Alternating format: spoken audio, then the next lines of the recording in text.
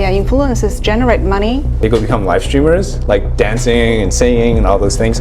Every time he got in trouble, he got banned. So-called legal repercussions, or selling fake products. They're done. They either steal it, or they copy it, or they do it like fake. And they're like, oh wow, something did it.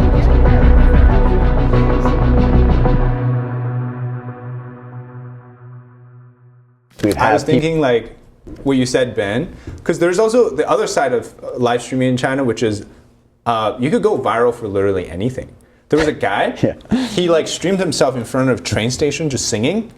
And he went viral. And he went viral. I think he gained, it was like a historic number of followers gained in like a single day or something like, or a single month. How much of it is organic though, and how much of it is like you don't companies like push a person? Yeah. You don't know. You don't know, do you? You don't know. I think a large percentage is based on the company push the person to become. Yeah, but they all have like an agency behind them. It's called an MCN. Yes. So you sign up with a company that then you stream onto like a platform. I think this might be the difference between China and the West, is that in China a lot of people start as no one. Yeah. Right? Like Liziqi, she was with a company from the start, right? Yeah. And so they brought her up and made her a star. Whereas in the West, normally people become stars on their own, and then later they sign with an agent. Yeah. Yeah. But with now you mentioned that Liziqi, because she came back. She's like considered the #1 influencer from China. Yeah. I have a suspicion she has like, there's alternative reasons as to why she came back, because she had, so for those of you who don't know, I'll just kind of briefly talk about it. Yeah, go for it. Liziqi was, she has how many, 21 or 22 million subscribers on YouTube alone. And so in 27, I can't get the dates right, but you got to fact check me on this. Either it was 2017 or 2018, she signed with an MCN, which is a company that helps to upload all her videos from China to YouTube and things like that. So, because people in China, they can't access YouTube. They need to go through VPNs, right? Yeah. So creators would go through MCNs to upload them to Instagram, YouTube, etc. And then that same company that she signed with screwed her over, because the way that they wrote the contract was the name Liziqi, because it's not her real name, but the brand of Liziqi was essentially, it didn't belong to her. Oh, okay, so she couldn't use her name if she left. If she left. So then, because she was so big, she almost had this, like, I personally believe, a shielding from the government, because what she was talking about is like the beautiful Chinese countryside, right? Which anybody that's lived in China, been through China, know that that's not exactly how the countryside is. It's usually really poor. But she portrayed it like Chinese propaganda, soft power propaganda, right? Exports it to YouTube, to the West. People thought, wow, China's beautiful. I had a lot of viewers comment that they legitimately went to China because of her. Like she would bring in like, obviously like they either didn't go to the right spot or they went somewhere else. The reality is just not the same. Yeah. But she was essentially this like super powerful soft power weapon that the CCP had. So I believe that because she won her lawsuit, they settled right now, and that's why she was able to come back. But I think her comeback like 3 years after is not just because she won simply just based on her own legal battle. I think it's that, because in China nothing gets done unless you have like a political backing. Yes, like somebody is there is behind you for things to get to be done, right? Yeah. So I think she's an asset to the country. Yes. Yeah, but I'm sure she's still going to be creating a lot of like beautiful videos. But is that reality? I don't think so. Yeah, telling good stories of China. Yeah. Yes, and you can see lots of events she participated, which is government backed events. So she actually in real life get involved in this kind of interaction with the government. So I reckon the suspicion is quite, I agree, personally. Yeah. I'm trying to think of another example of her. So the other one I can think of is somebody named Via. She's also a live streamer. She was selling like makeup.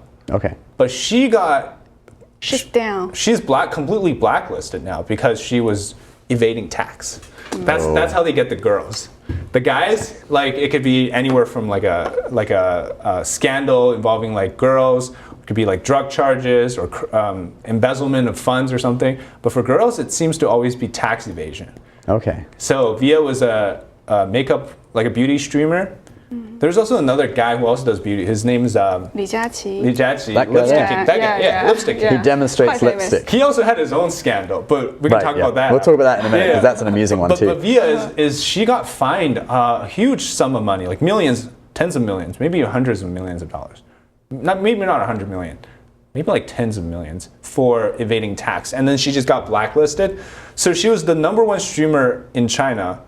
She would I saw one of her videos, the way she would sell things is like, okay, like here's a skincare or lipstick or whatever, right? Shows it and they're like 3, 2, 1, and then it's gone.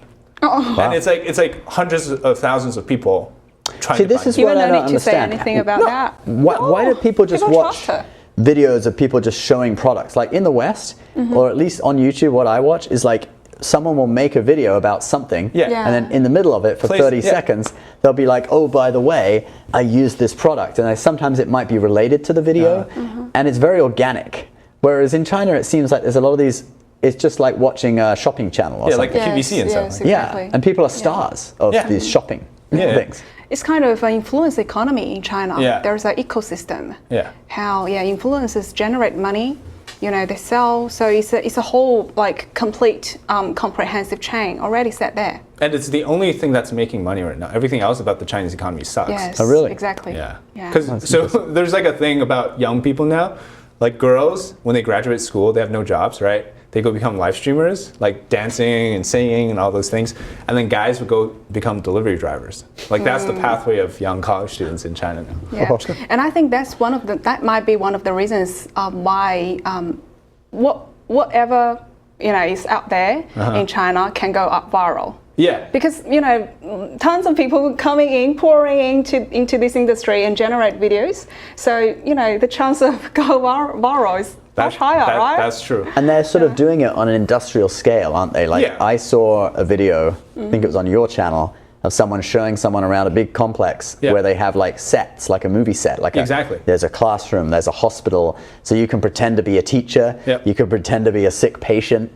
And so a lot of the videos you see, they're not necessarily real, are they? They're like, oh, someone actually filmed it at this big influencer studio, or a teacher. There's a classroom. And there's so about the other guy, Lipstick King? Right, he's the guy with the tank cake, isn't he? The cake, right? What happened? Was it this year or last year that it Last happened? year, It the was, year before last year, maybe. But he's still was, fine, right? I think it was he's still even in fine. 2022 or something. It was like a year or two ago. Yeah. So he had a cake that was in the shape of a tank, and his live stream got cut. And It was on June 4th. oh, it was on June 4th. Yeah. Is it on June 4th? That's why it was that's censored. why. If you had an ice cream tank on December 25th, it wouldn't be a problem. It was on June 4th. That makes sense. But it's not clear whether he actually realized that. But that's the funny thing. Yeah, because people are pointing out that young people in China don't even know that Tank Man photo. Yeah, exactly. So he might not have even realized. The But censors knew, but he maybe didn't. So that was the funny part, the irony, or you could say, was that the way they censored it, it's like almost like, oh yeah, there's no such thing as June, like nothing happened on June 4th, nothing happened in Tiananmen Square. Yeah, nothing to do with tanks nothing happened. to do with And then tanks. the kids are all like, wait a minute, so it was to do with and then tanks. they started looking it up, and then they're like, oh wow, something did happen on June 4th, 1989. Yes, exactly. This is backlash. Streisand effect. That's what every time. That's what that's called. Yes. Yeah.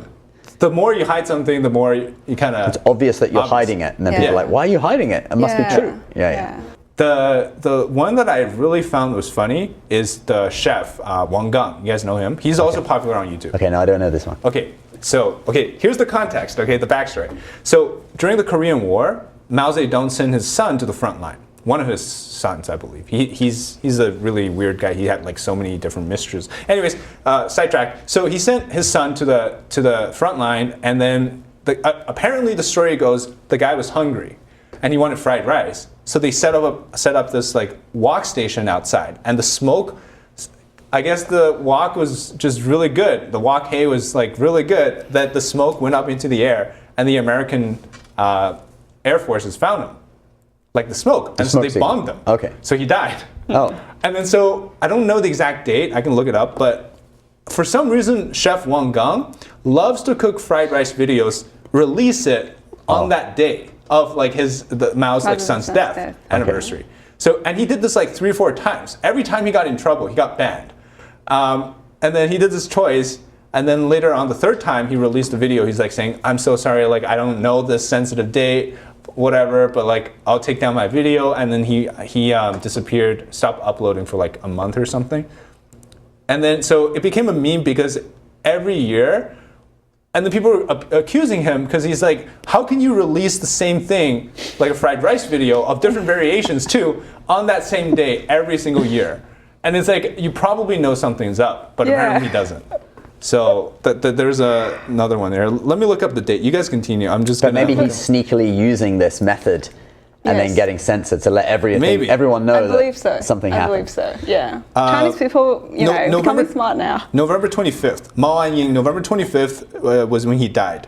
So around November 25th, that's when Wang Gang loves to release a fried rice video. That was just like a month ago. Yeah. But no Wang Gang this year, I guess. No, not this year. Oh, okay. Learned his lesson. Yeah. Yeah. So we can see a very, very typical pattern of the Chinese influences. They go up very quickly, but they went down all of a sudden with, various reasons. Some of them maybe so-called legal repercussions, or selling, fake products, etc. So this is how Chinese influences, their fate, kind of avoidable fate. I think you have to do some levels of trickery if you want to survive, because the whole point of Chinese, I wouldn't say Chinese, but like the CCP culture is you have to one up another, right? If you want to get ahead, you have to cut corners, or you have to somehow surpass the others. Because so there's a term in China, it's called passing on curves. It's basically like anything like with technology, they want to, because they're behind, right? So they want to pass you on curves, because then they can almost like halfway cut through and destroy your progress, because they somehow got farther ahead of you. On the inside of the curve. I guess it would be the inside, right? Because that would give you a shorter distance. That would give you a shortcut. If we're talking about like car racing, right? Yeah. Okay. Anyways, my point is, so because obviously we know that like China steals technology. Like they don't really do it the conventional proper way. A lot of things are done. They either steal it, or they copy it, or they do it like fake it. Yeah. So I think that's what happened with a lot of the streamer stuff is once they get to a certain level, they want to get bigger, they have to somehow lie a little bit. And some people, like their entire identity was lying to begin with. So I think that's right, because they're not real organic streamers. They're actually like created, aren't they, by companies. Yeah, like they're a persona. Yeah, they're a persona. Like who are the biggest people in the West right now? Mr. Beast. Mr. Beast, Logan Paul, Jake Paul. Yeah. They're all real, I think. Like real people. Yeah, they're not created personas. Like they had so many, well, Mr. Beast just recently, but Jake Paul and Logan Paul, they've had their fair shares of They've had scandals, right? But they have come back from them. Yeah. Yes. But real.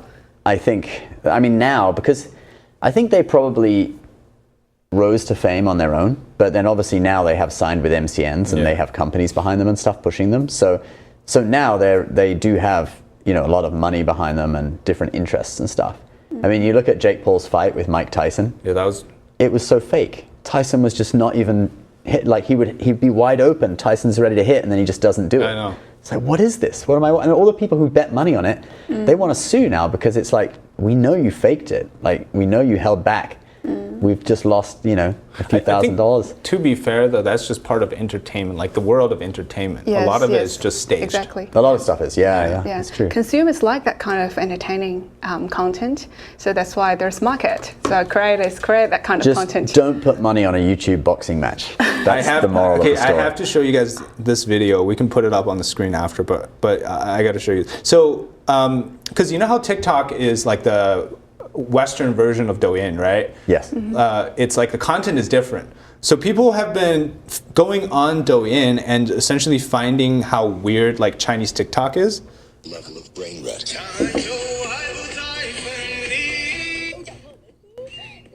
This is like the typical live streaming experience in China.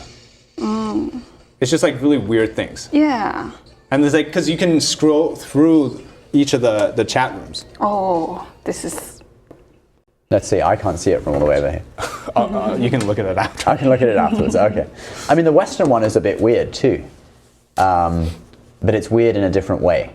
Yeah. It's like the Chinese regime, because they control it, they're trying to bring the morals of Western people down. So there's a lot of weird stuff promoted on there. a lot of weird sexual stuff as well. Yeah. Like as soon as you get on there, it's like that's one half naked girls. That was one thing that I thought China didn't do, because they're like, even though China has a lot of like, they have prostitution issues and everything else, they still ban. They tend to be more conservative. Yeah, censor something. But now with that actually was the thing I was. Thanks for reminding me. There was recently a girl. She's a former gymnast. Did you hear about this case? She was Was she a thing? Wu something. Yeah. Her last name is Wu. She's like this little girl that was on the Chinese gymnastics teams for the Olympics. Okay. But she got injured and she retired, and then she started doing what's called what's the word for it? Like touching the. Tabian. Yeah. Like what's that? It's kind skirting the rules, or like you're skirting the censorship touching kind of the thing. edge. Yeah, so you'll wear like Yes. revealing outfits, but you're not fully like nude. You'll do like kind of like sexy dances, right? But it's like you're still abiding by the term of still service. within the rules. Within just the rules. about. Yeah, Right? it's just about to cross that line. So that's just standard in the West. That's just what people do all the time. Right? But then it's such a popular theme in Chinese streaming now. But then the issue with her was because she was a former gymnast, she was supposed to uphold moral standards of that representing the CCP of China. But then everybody was like, why would you ask a former gymnast to uphold something that, the CCP officials don't even do? Like CCP officials, like the case with Peng Shuai, right? Remember that, the tennis star? Mm-hmm. She was sexually abused by a CCP official. Mm-hmm. Like, there's a double standards there, right? I'm not saying that, revealing dances are a good thing. But I am saying double standard, yeah, there's a double standard. Yeah. But then she also exploded with popularity after she came back. She did an apology video, and then after she came back, she got even more popular. So, it's just like weird stuff like this that happens in China. Yes. It's like, stuff that people seem to be doing all the time already in the West, but in China, it's like, it's a weird sphere. Yes. In China, the rule is not a rule like what we see in Western countries. The rule is more about, what the government wants the rules to be, and then that's the rule. Yeah. So it changes over time. Yeah. People don't know, like, what they actually need to follow, because the rule might be effective at this moment, but, in a month later, it might not. I think that's what happened with some of these guys. They're like, we knew all the rules, and then they changed. Yeah. Yeah. I think that's the crazy part. Yes. Yeah, it's hard for Chinese people, even the influencers, for the ones who seem to have it all, but, There's a list of keywords you're not supposed to say, or sensitive terms, right? But it's like evolving. Yes. So you never know what you're going to get. Yeah. So. And also for the Chinese government, if it's, either celebrity or influencers, if they are so influential, the government, they keep an eye on them. Yes. Yes, because once you get to a certain level of fame. Yes, right? exactly. They don't want any individual or group of people to be so, powerful to influence, a large amount of Chinese, which is really. Do you know TF Boys? I heard about it. Yeah. What's this? It's a Chinese boy band. It's three guys. What's the story behind that? Well, they got a bunch of female fans, right? So some of them would come with like a wedding dress to their concerts, and then the scalpers would make the ticket price up like 600% or something like that. And then there was I don't really understand it because I don't follow any, like, I don't go to concerts, or I don't follow any of this. Mm-hmm. But I think it was during a time where this cult of personality, or like personal following, was considered a bad thing, because the only person you're supposed to follow is Chairman Xi. Yes. And so if you had like any groups, especially like if you're a band or if you're a celebrity, that was also during the period they were cutting down on like feminine men or something like that. Heard about that? It's just all sorts of weird. But then now I saw something on. Well, maybe that was also why the lipstick guy, because he's kind of feminine, isn't he? Yeah. Maybe they were using the tank thing as just an excuse, because his whole thing was he would try on lipstick and stream that to sell it to women, right? Mm-hmm. But he's trying it on himself. Well, that's why there was like a celebrity that was acting cute all the time, suddenly started doing really manly stuff. Like he would go into outdoor survival shows, he would like work out. Oh, because he didn't want to get cancelled. Change his hairstyle, put on muscles and everything. It was pretty funny. Oh, just need to find a way to survive. Always adapting, Yes. Interesting. Interesting. Do you have any final thoughts? What do you think is going to happen in the influencer sphere in China in 2025? Do you have any predictions? I think it's harder and harder for influencers because everyone is coming to this, industry and it's floated. That's true. Yeah, it's saturated, hard. right? Yeah. I just think we haven't seen the. I'm just very happy that there will be more drama waiting for me to cover. For you to report on, right? Yes, and get views. Definitely, will be. Especially if they're clickbaity, that'd be great. That'd be great. Yeah. Awesome. Well, thanks so much for joining, guys. We have David Zhang from China Insider. Do go and check out his channel. We also have Letty from, what's your show called in Chinese? 真观点, Real Perspective. So if you speak Chinese, do check out her show. She also has an English channel, but it's on hold at the moment. You should really check out a Chinese show. Your English. You should. Yeah. Hopefully. Yeah. I will. And she also appears on China Insights as well. So. Glad to be part of the show. Thank you, Ben. Thank you, David. All right, guys. Thank you so much for watching. Do subscribe to the channel for more podcasts and also shorts uploaded every day. And we'll see you in the next one. Bye-bye.